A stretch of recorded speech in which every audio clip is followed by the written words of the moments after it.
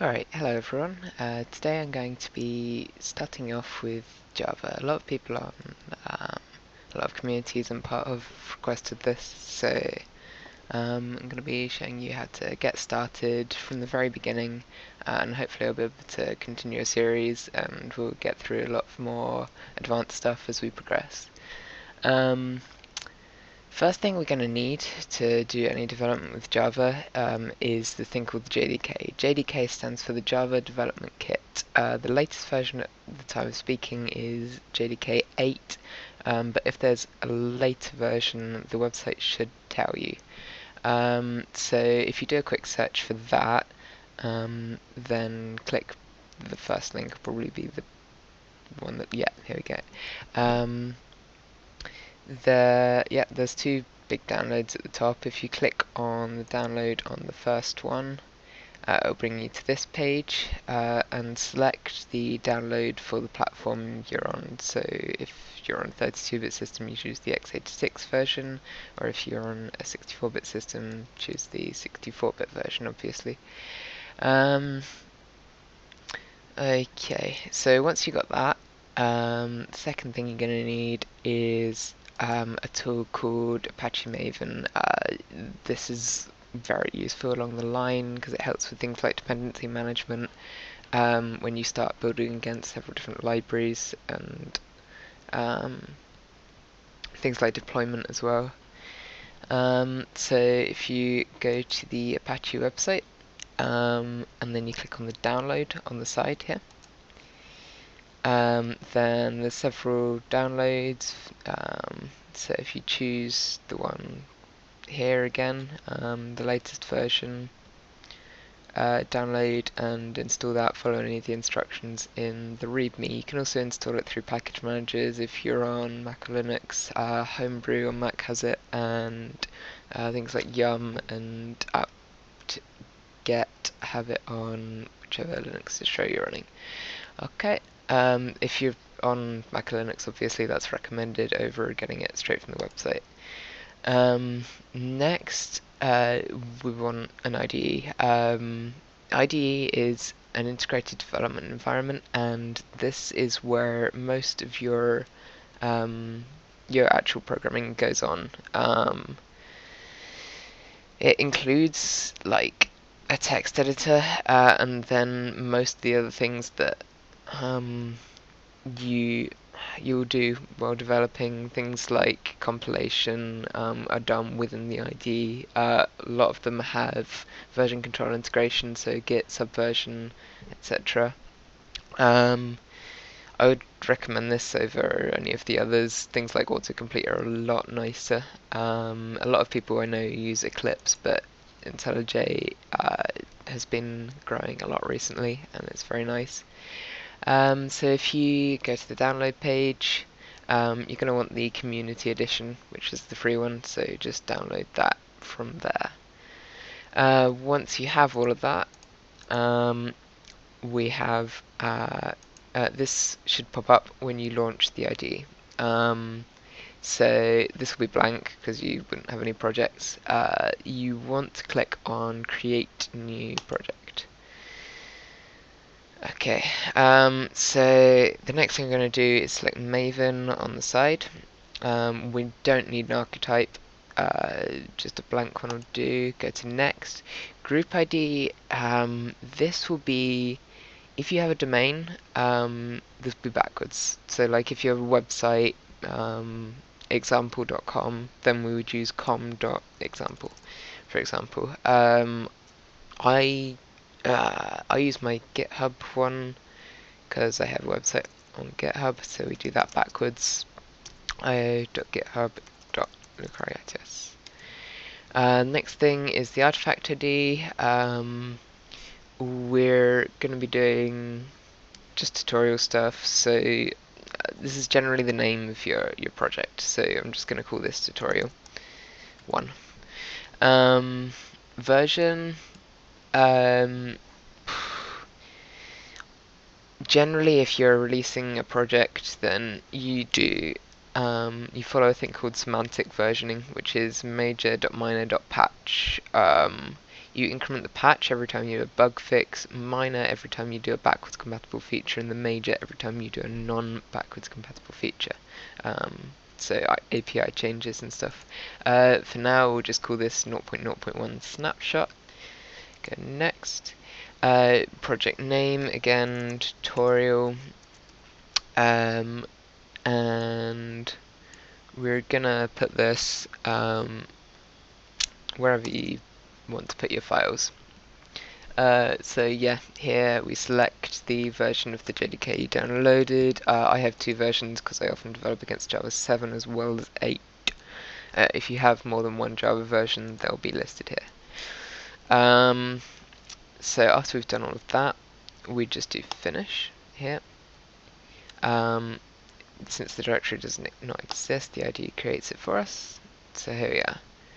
This is what you'll see. This is your pom.xml, which is the project object model. If this pops up, click Enable Auto Import to keep the project up to date with your pom.xml.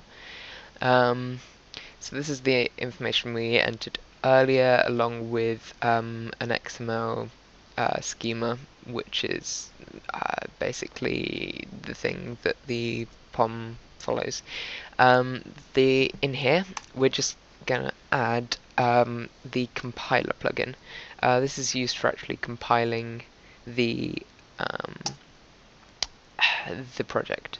So if we want a build section, this is stuff that occurs during the building phases. In here we have a plugins section, and then we have a plugin like that. Group ID is org.apache.maven.plugins. Should appear like that. And the artifact ID is going to be Maven compiler plugin, like that. Okay, next line is going to be the version of the plugin. We're going to use version 3.1 because as far as I know that's the latest. If you always want the latest version of a plugin, you can just enter latest in all caps like that. But for now we're just going to keep it on 3.1. And then we're going to have a configuration section here. And this is going to have the source version. This is the version of your source. We're compiling against Java 8, so we use 1.8. If you're in Java 7, we use 1.7. This pop-up will come up, just click yes, and it will reload the project with that as the source version. Next, we're going to fill out the target version. This is the target JVM we're going to compile to. Again, just 1.8. And that's pretty much it. This is quite a basic project object model. No dependencies or anything. We don't really need them. Okay, so now we can close that and look inside our project. We're going to source, main, Java and resources. Resources is where we keep any files related to the project, so things like images, text files and such will be kept in the resources folder. Java is where we keep the actual code. Testing is when we start doing unit testing, but since this isn't going to be a very complicated project, we don't need anything in that directory for now. So first thing to do is going to be right click on Java, go to new, and then package. Package is pretty much the same thing as your group ID, your domain backwards if you own one, otherwise me.yourusername works fine too. i.github.lucariatias. Okay, and often we'll also have the project name after that. So if we do a new package inside that, we're going to call this tutorial. Okay, this is just unique, so you end up with no collisions between classes if you have multiple projects loaded on the JVM at one time. So now we right click on our package that we just created, go to new and then Java class, call this tutorial as well, and we're just going to be doing some basic console I/O for now. Right. IntelliJ has some nice things called live templates. This speeds up coding a lot. So the shortcut to access these on OS X is Command J. On other operating systems, I believe it's Control J. To check any shortcuts, there's a nice thing in the help menu called the default key map reference. I would recommend printing this out because this is incredibly helpful. Memorize these as fast as you can.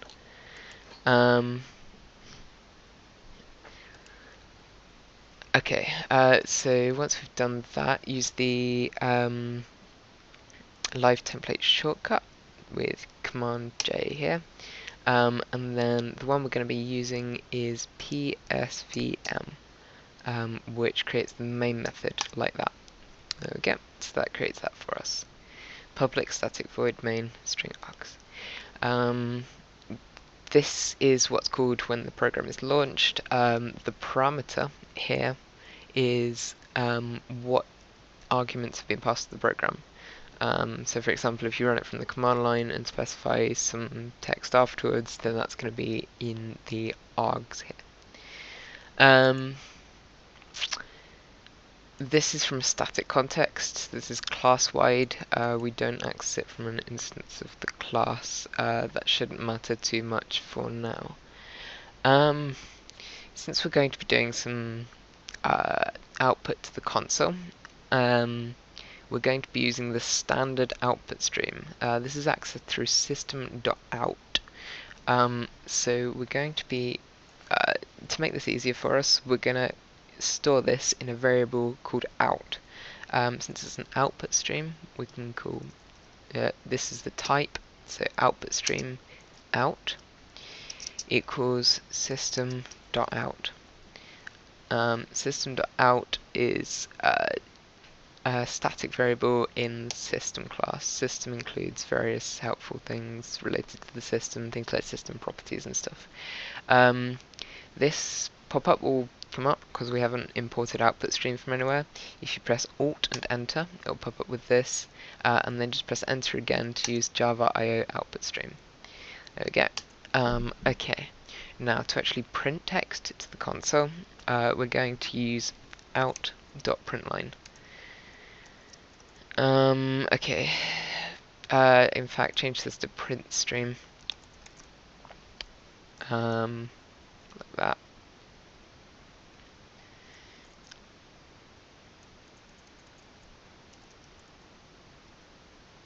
There we go.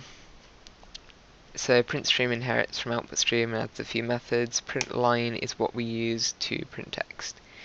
Out.println, and we're just gonna do the typical hello world.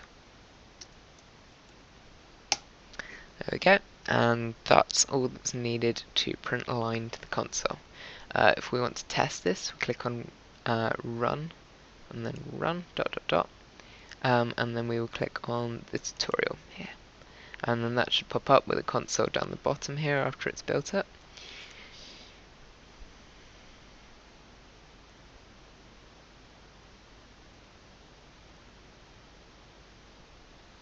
There we go, and it's printed hello world to the console. The other thing we want to do is with the console is take input. This used to be a lot harder than it is now.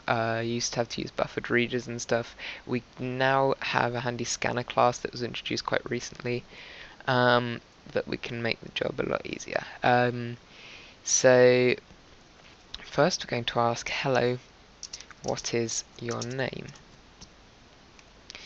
And then we're going to actually request the user's name using a scanner that scans the system's standard input stream. So just like system.out is the standard output stream, the standard input stream, which is through console, is system.in. So here we do scanner, so that's a variable called scanner of type scanner. Again, press Alt Enter to import java.util.scanner equals new scanner and then the parameter here is going to be the input stream that the scanner scans. So this is system.in.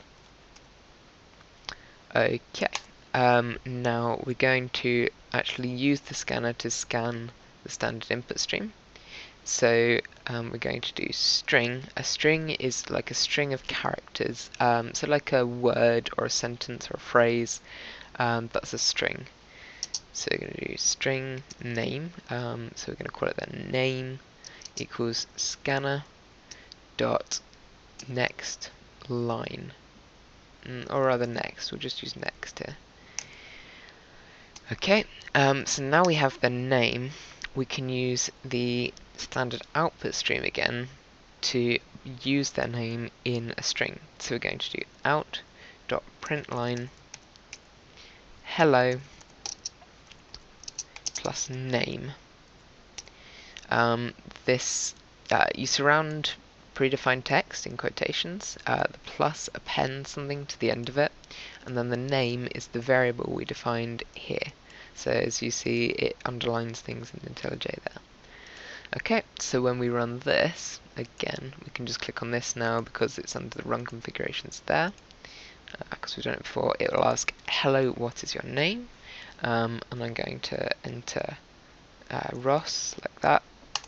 And then it will say, hello, Ross, and the process will finish. There we go, so that's how to use the standard input and output streams in Java to access the console. Thank you for watching.